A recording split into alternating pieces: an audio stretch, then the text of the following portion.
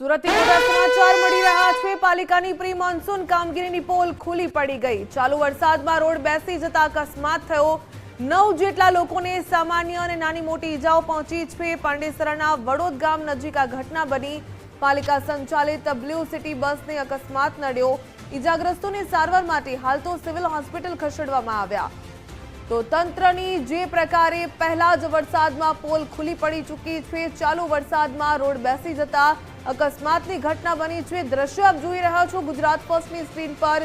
जे लोको ईजाओ पहोंची छे तेमने तात्कालिक सारवार माटे होस्पिटल खसेडवामां आव्या। पालिका संचालित ब्लू सिटी बस ने अकस्मात नड्यो। शरीर में फ्रैक्चर है, पासू टूटे और हाथ में थोड़ा फ्रैक्चर है। बस में कितने लोग सवार थे और किस तरह के हालत में लगभग 30 के 25 जन थे। 30-25 जन था। 15 आदमी को चोट आई है। खड्डा यहाँ पर दिखा नहीं दिखाई नहीं दिया उन लोगों के खड्डा है कि नहीं। इसके पहले आगे बस गई थी, उसको दिखाई दिया था, वो साइड में निकल गया। पीछे वाली बस है तो खड्डे में डायरेक्ट उतार दिया। खड्डा क्यों नहीं? पर साहब को ड्राइवर को जाने, अपने को पता नहीं सर। अपन तो पीछे खड़े थे। हाँ, अपने को पता नहीं है सर। બિલકુલ જે પ્રમાણે આપણે સાંભળ્યું છે કે બસની અંદર 25 થી 30 લોકો સવાર હતા તેવું કહેવું છે।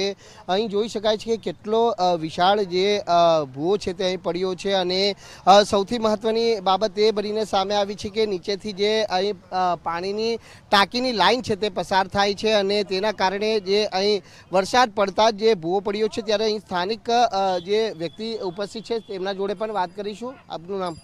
મારું નામ મલખાનસિંહ વર્મા છે। આ બનાવ બન્યું સવારના 9 વાગ્યાનું બનાવ બન્યું છે।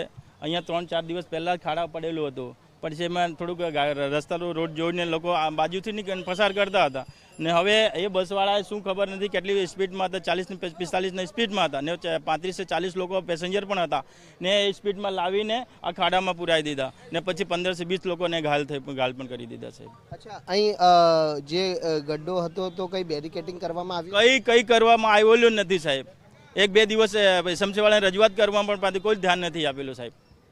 કોર્પોરેશનની અહીં શું કહેશો? બેદરકારી કહો કે પછી લાપરવાહી? સાહેબ લાપરવાહી જ છે બસવાળાની, પછી એસએમસીની લાપરવાહી છે। કોઈ કાયદા પ્રમાણે ધ્યાન જ નથી આપતા।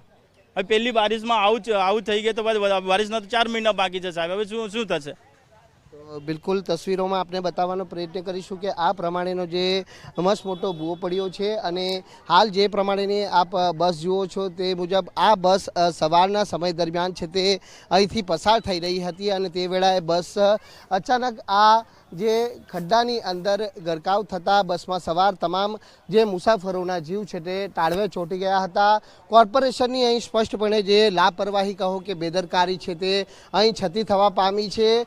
કોઈ મોટી દુર્ઘટનાની કોર્પોરેશન વાટ જોઈ રહ્યું હોય તે પ્રકારની સ્થિતિનું નિર્માણ છે તે અહીં જોવા મળી રહ્યું છે। એટલે ઘોડા ભાગી ગયા પછી તબેલાને તાળા મારવાનું જો કામ કરતી હોય તો તે છે સુરત મહાનગરપાલિકા। એક તરફ સ્માર્ટ સિટીના મોટા દાવા કરે છે પરંતુ બીજી